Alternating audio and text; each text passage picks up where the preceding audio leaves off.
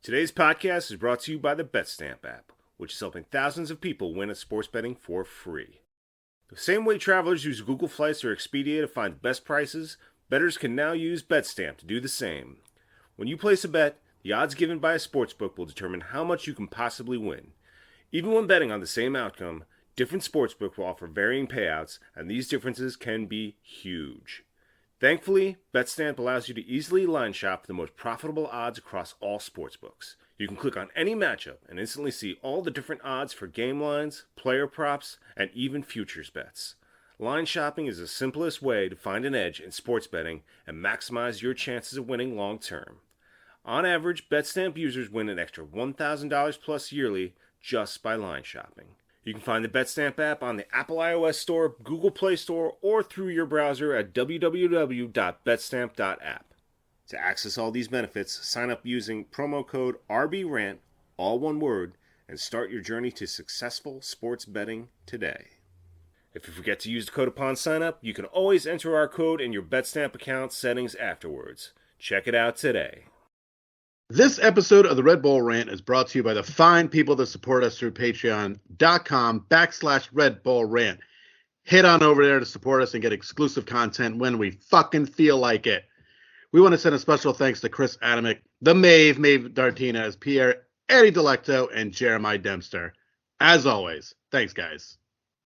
The Red Bull Rant is a free-flowing podcast with three soccer-loving idiots who don't know when to shut their dumb potty mouths. So listener discretion, yeah, it's pretty much advised.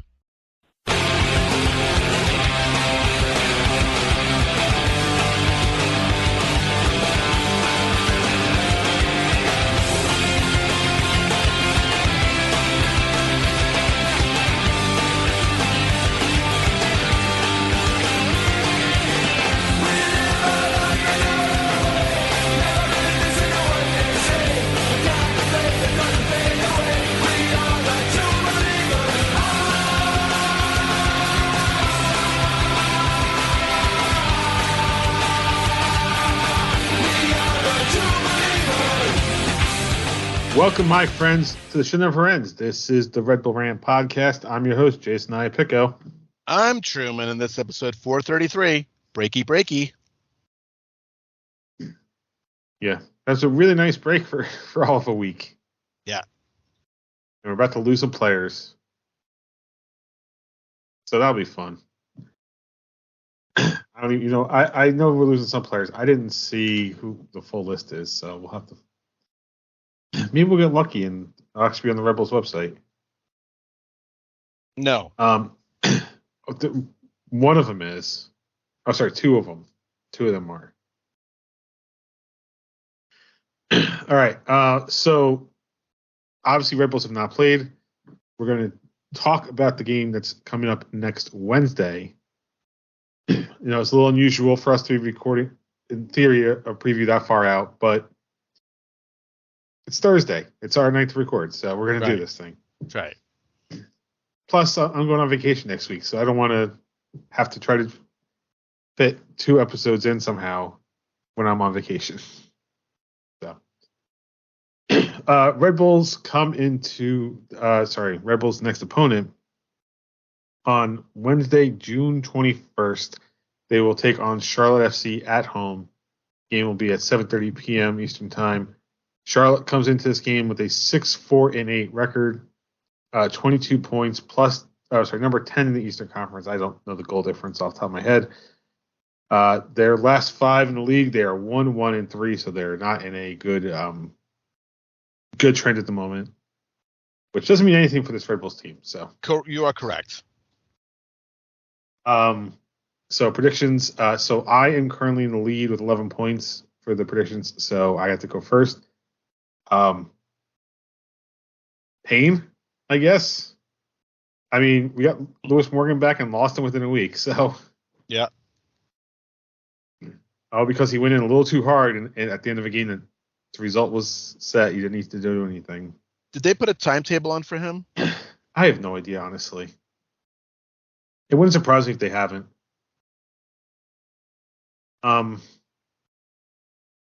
So yeah, we'll get to keep playing without all three of our top players, which will be great. That was a fun few minutes that we had. What a time. No, we didn't even have a few minutes because Laquinus came off for Morgan. Oh, yeah, you're right. You're right. So the Red Bulls are like halfway through the year. I'm pretty sure we've played 16 games at this point. Let me double check. Oh, here you go. 4 to 6 weeks is a minimum. So you know it's going to be at least 8. Yeah. Okay, so Red Bulls have played 17. So they're exactly halfway through the year, and they're still without Morgan, Laquinus, and Van Zier having played at least 1 minute at the same time. And they won't. No, they probably won't. If only Morgan didn't celebrate too hard last year. All right, anyway, predictions. I'm not really confident in this team. We saw what happened against Orlando. Now we're going to lose, let's see. John Tolkien is going to be gone for Gold Cup duty. I don't know if he'll officially be gone before Wednesday, but I assume he will be. Christian Caceres Jr. is called up by Venezuela. Jamaica has called up Corey Burke. So pretty much all three of our lines are losing somebody. And we don't exactly have scoring forwards as it is. So we got Tom Barlow. Yeah. All right. So I said Payne. I don't think it will be too bad in terms of the scoreline, but I do think we're going to lose. I'm going to go with a 1-0 win with, of course, like the late flurry where we look like we might have a shot, but nothing ever actually makes it close to net. Wait, you said a 1-0 win. Did I say win? I meant to say loss. There you go. I'll give you the opposite. I'll do the 1-0 win because this team makes no sense whatsoever. They have no excuse to win this, like no reason to win this game with so many players being out, injured, international duty. It's a Wednesday night, just a crappy time to play. But fuck it. They won midweek last time. Let's do it again at home. They got to get their shit together at some point. I don't know how they're going to do it, but if they want to get into the playoff picture, now's the time to start winning home games. Watch. Now it'll be a draw just to fuck with both of us. Either that or they're just going to go crazy and like score 4 goals all of a sudden. Right. It's the scoreless draw coming on. Of course. Because we got to split the difference between us. Yeah. All right. New York Red Bulls 2. I think they won their last match. No, they lost. I'm sorry. They lost 3-1 to somebody. I'm not sure who. I'm looking at the MLS Next Pro website. It's not easy to find. We don't care. They lost to a team with a 2 at the end, probably. Yeah. So in the Eastern Conference of MLS Next, let's see. I count 1, 2 teams that are not either called 2 or B, because Orlando City is B just to buck the trend. Mm-hmm. In the Western Conference, you got 1, 2, 3. So 5 teams out of 27 are not a 2 or a B.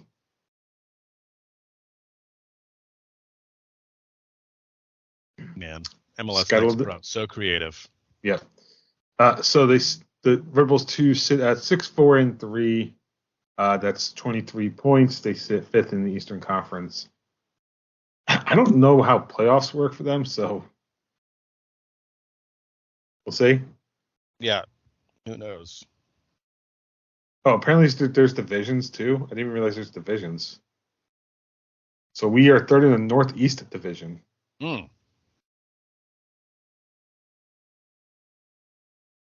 All right, real quick. If I told you to name the divisions in MLS Next Pro, and I just gave you one of them, it's Northeast, what do you think the other 3 are? Well, it's got to be Southwest, I'm going to say Southwest, Central, and Pacific. So Central and Pacific are correct. Southwest is not. Yes. Southwest, for some reason, is special. The North, Mid, East, West. This is in basketball. They're not going to go that route. No, Frontier. The Frontier division. Okay. Yeah. I don't know why that one's so special.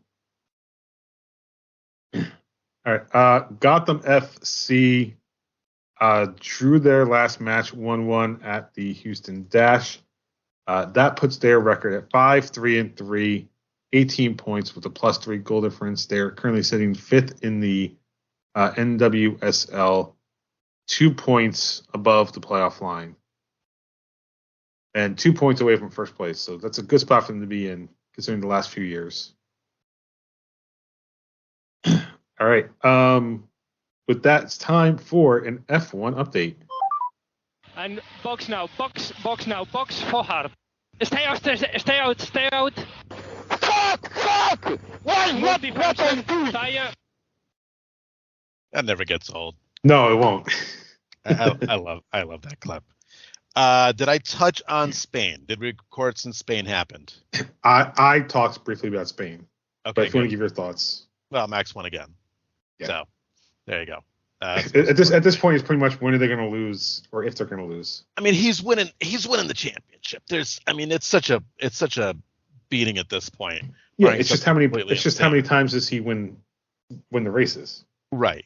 That being said, we are in Canada, in Montreal this weekend, which means we get a 2 p.m. start time. So everyone gets to watch it. You don't have to wake up at the crack of dawn to watch some crazy early morning race. Nice afternoon of qualifying, nice afternoon race. Max won this last year. I fully expect Red Bull win this again. Maybe Checo does not crash in qualifying this time. That will be the best thing he can do right now is get through all three. Considering two straight Grand Prix, yes. He didn't get through. Come on, man. Technically, he didn't crash out last one. He just didn't make Q3. Right. So let's hope that happens. It's been a weird year. I mean, Ferrari were the big, the big contenders last year to challenge Red Bull. And look at them now. They're 6th and 7th, in drivers right now. And they're 4th in the Constructors' Championship. So they've really just shit the bed. And as much as Mercedes was complaining about their cars, the beginning of the race this year, they're sitting in 2nd. I mean, they're way down there. They're way down just because of Red Bull's dominance. But I mean, Mercedes is next in the Constructors' Championship, and they're 135 points behind. Yes, yeah. So I'm going to kind of pull for Aston Martin there. To get it. It's the battle for 2nd place. But that being said, Red Bull dominance. That's what we expect. It's the one thing I get to say about the Red Bull dominating, and it's about Formula One. Well, that's because, surprise, surprise, they invest money. Correct. All right. It is time for the dumping ground. I'm the trash man. So, we're going to get to Messi in a minute. I know we talked about it last week. We're going to bring up some new stuff. Tonight that we're recording in literally 5 minutes, the United States national team is taking on Mexico in the CONCACAF Nations League semifinals. Who knows if they'll win? It's at least a trophy, so we're playing for something. Yeah, we'll see. Yeah. Honestly, I'm not thrilled about this. I'm not thrilled about the Gold Cup. There's nothing in terms of the United States right now that wants me is making it must watch. Right. I don't even know why. They didn't have a bad showing at the World Cup. It's just. Well, the good thing is you can watch it on Univision. Oh man, I wish I had the Univision. Who's the one that cursed out Univision? I know I started it, but then someone. Oh no, sorry, Unimos. That's what I was thinking. Unimos. Oh, that's Univision. me.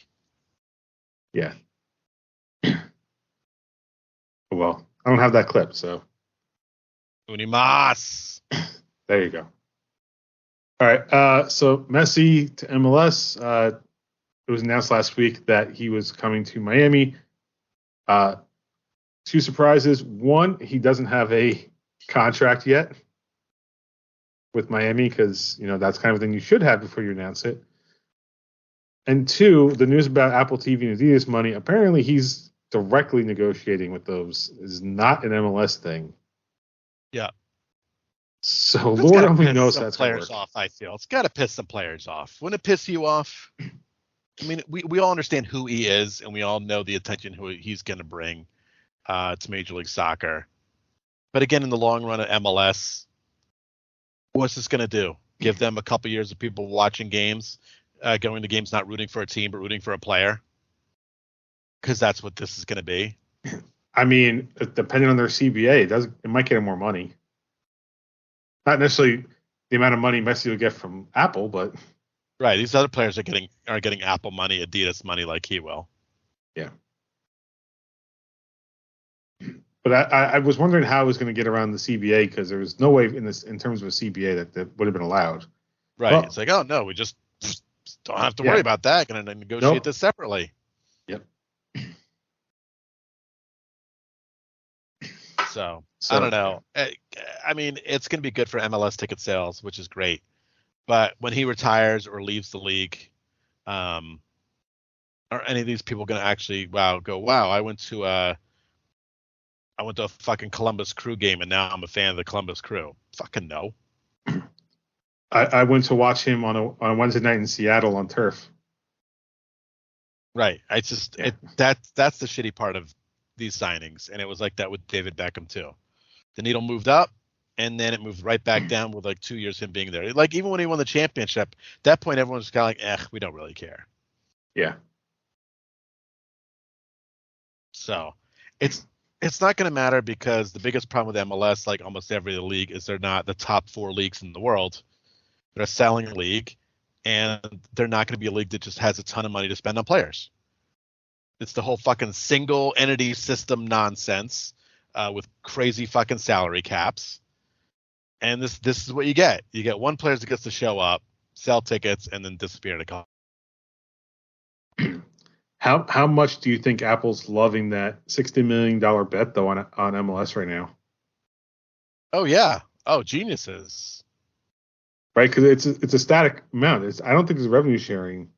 So Apple's, if I'm right, Apple's keeping all that money that's about to come in from subscriptions.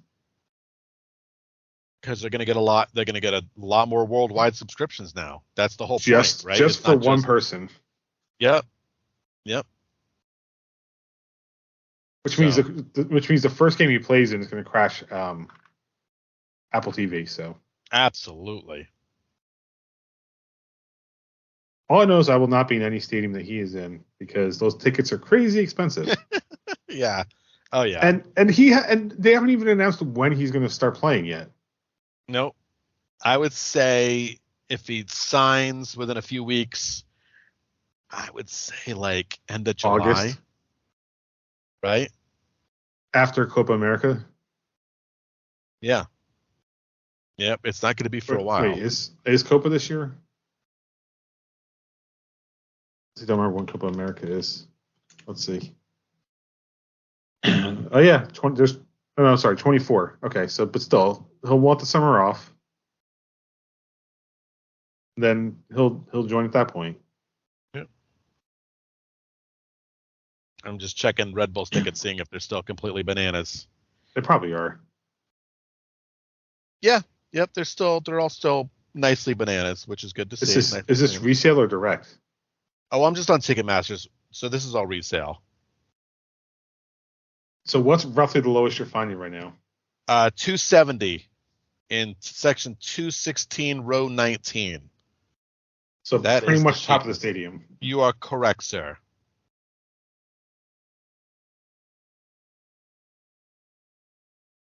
Do you want to know how much someone's trying to resell a ticket for in 101? I'm going to guess at least 1,000. Section 101, row 9, $1,500. Yep, that makes sense. Section 101, row 1, $1,200. What do you think is going to happen when people start showing up with those 101 tickets and do not realize that ESC, VA, and all them treat that as general admission? Yep. Here we go. So if I go to just searching for one ticket, because those are all pairs, one ticket in 101, $445. Okay, So I guess that's not. cheap. I guess That's it's the not cheap. terrible relatively, but still. No. And there's still some selling for like 1,000, 1,200, et cetera, et cetera. But still, that's ridiculous. Yeah, that's, but I mean, the demand is there. I think everyone doesn't mind cashing in for one game. It's pretty much like the Barcelona game last year. Right. Why wouldn't you,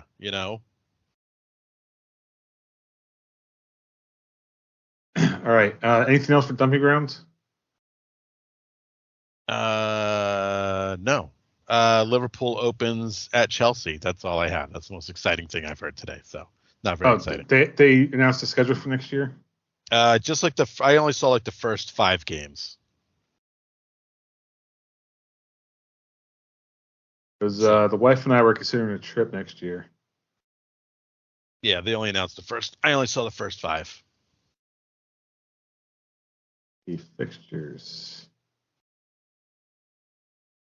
Oh yeah, they have the whole schedule because I'm seeing through. Of course.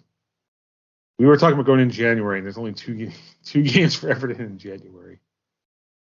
That's right, because the FA Cup is then. Holy shit, their December is terrible. All right, anyway.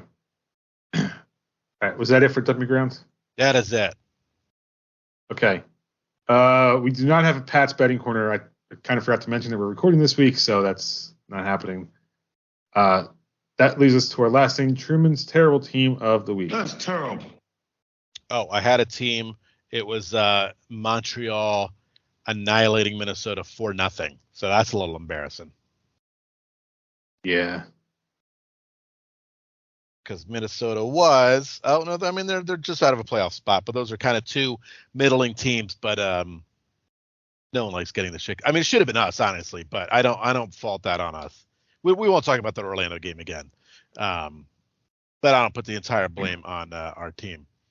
So yeah, I'll give it to Minnesota. Realistically, 1 goal's on us. Yeah. All right. Anyway, any last things before we wrap up? The Arnold documentary is good so far, so there you go. Okay, guess you gotta check that out. All right, you can visit us at patreon.com/Red Bull Rant. $1 a month gets you exclusive content such as monthly wrap-ups, live post games, anything we decide to do. And I think we really need to do a Ted Lasso wrap-up. Yeah, I did finish it. I was gonna say you should be caught up at this point. I am done.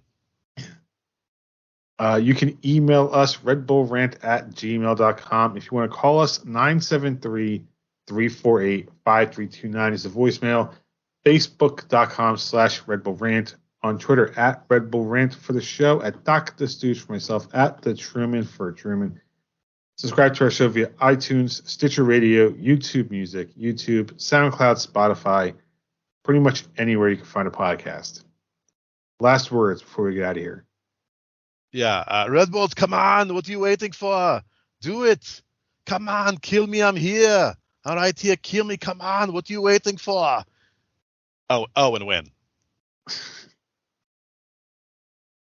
All right. So for Truman and myself, this has been episode 433 of the Red Bull Rant. Thank you guys for tuning in. And as always, go Red Bulls. I'll be back.